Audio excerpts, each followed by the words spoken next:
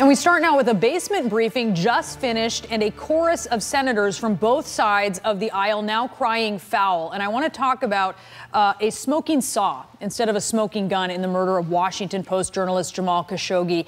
These are some comments coming after a confidential briefing with CIA Director Gina Haspel. Just listen to Senators Lindsey Graham and Bob Corker. Open source reports show that he had been focusing on Mr. Khashoggi for a very long time.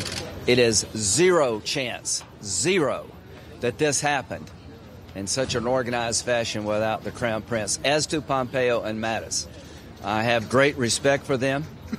I would imagine if they were Democratic, in a Democratic administration, I would be all over them for being in the pocket of Saudi Arabia. But since I have such respect for them, I'm going to assume that they're being good soldiers, and when they look at the analysis, they're being technical in their statement, but they're not giving the assessment that I think the Senate will have. I would really question somebody's judgment if they couldn't figure this out. It is there to be figured out. Please let me finish. And I think the reason they don't draw the conclusion that he's complicit is because the administration doesn't want to go down that road, not because there's not evidence to suggest he's complicit. You said you'd be working on a statement over the next, between now and I'm going to do two things. I'm going to do two things. Yes, I'm going to try to get a sense of the Senate resolution where we all vote and designate MBS as one of the people responsible for the death of Mr. Khashoggi, that he was complicit in the murder, that I not only have high confidence, overwhelming belief that that's the case. Then what do you do about it? I want to make sure that Saudi Arabia is put on notice, that business as usual has come to an end for me. I will not look at the kingdom the same way that I used to look at it. I will not support arms sales until all responsible for the death of Mr. Khashoggi have been brought to justice. I will no longer support the war in Yemen as constructed. Extraordinary comments coming from Senator Lindsey Graham. He also said, quote, "There's not a smoking gun, there's a smoking saw." I want to go now to Capitol Hill. We have CNN senior congressional correspondent Manu Raju there on the Hill for us. Tell us what's going on, Manu.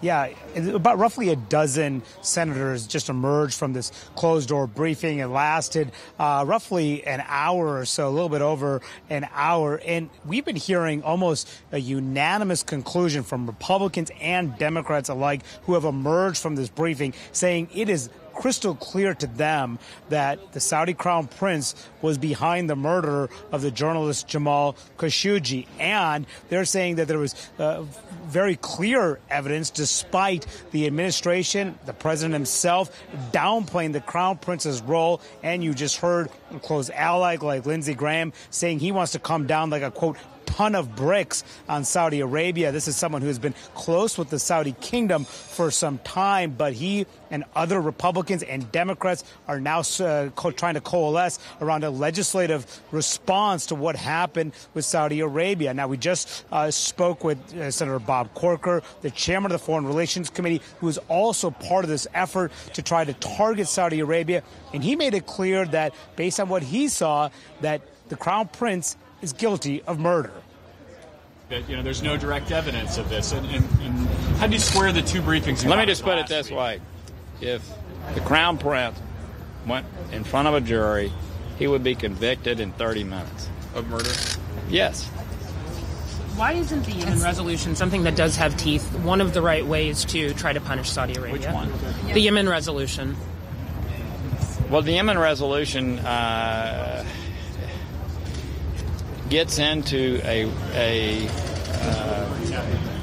war powers situation, and the administration can easily turn right back around and say we're not involved in hostilities. So there's still some debate about exactly how to respond to what they saw here, Saudi's involvement in the murder of Jamal Khashoggi, and whether or not to get behind an effort on Capitol Hill to prevent withdraw U.S. involvement from that Saudi-led war in Yemen. So there is a division about exactly how to respond, but there are an overwhelming amount of senators who do want to respond, including the Senate Appropriations Chairman, the Republican Richard Shelby, who just told me that somebody should be punished for this. So the question, Brianna, is what can the Congress do? Can they get behind something before the end of this year? Can they get enough support? And will they have to overcome a presidential veto given the president's resistance to punishing Saudi Arabia? Brianna? Yeah, he said maybe they did, maybe they didn't. And it didn't seem like he cared in a statement of support for Saudi Arabia. Manu Raju on the Hill.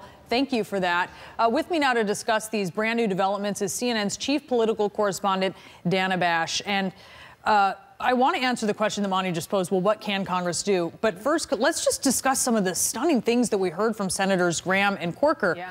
He said there's no way that this was done without the Crown Prince's knowledge. And he was careful to say open source reports because he just came out of a classified briefing. Right. He wants to be clear that all of the things that we know, just as the public that are out there and being reported, that there's, it's clear that MBS was focusing on Khashoggi for some time.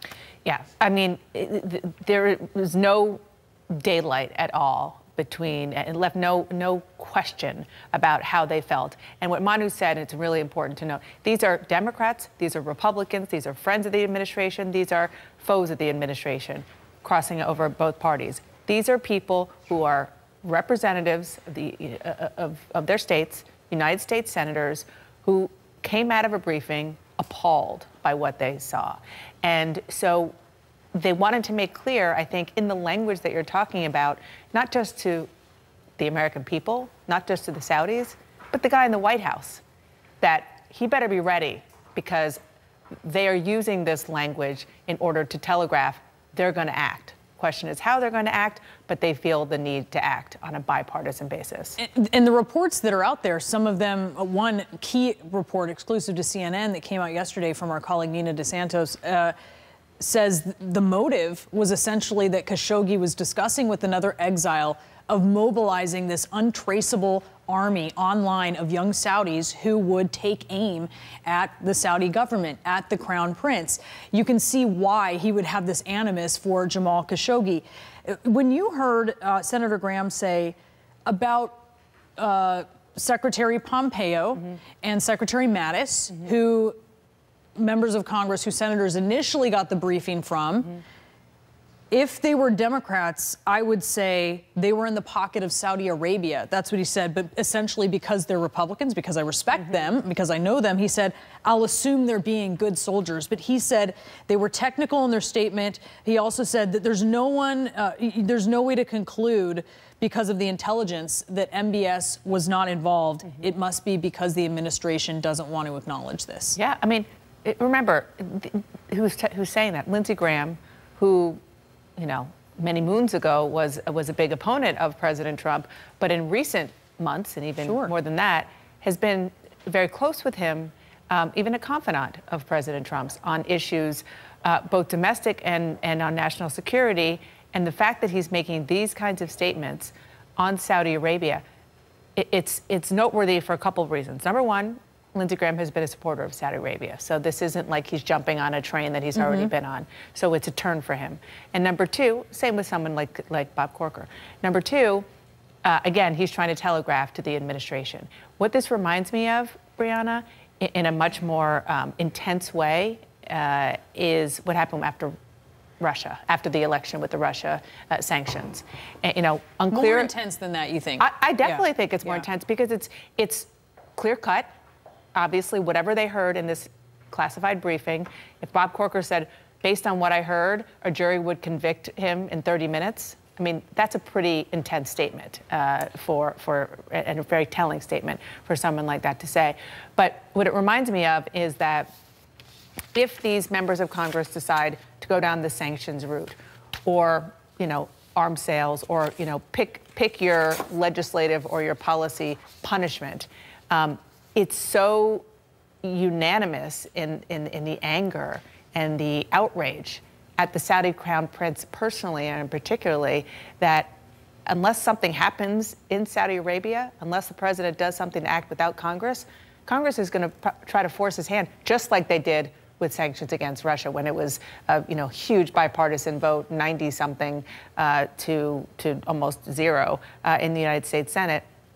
Similarly, in the House, they passed it, and the president was forced to put some sanctions on Russia. This is an issue where, yes, it's a complicated issue, but when the president said we may never know the truth on this, on an issue where actually we can ascertain the facts, and not only that, there's bipartisan agreement in Congress that the administration needed to take some action on this. I think that's where you see Congress, like on forcing the president's hand on Russia sanctions, very likely to act to constrain the administration's actions. And I think where the frustration is not that the administration didn't cut off ties with Saudi Arabia or impose sanctions, but simply a refusal to acknowledge the facts here and use our leverage with Saudi Arabia, which is a close ally, to force the king to broaden the base of power there.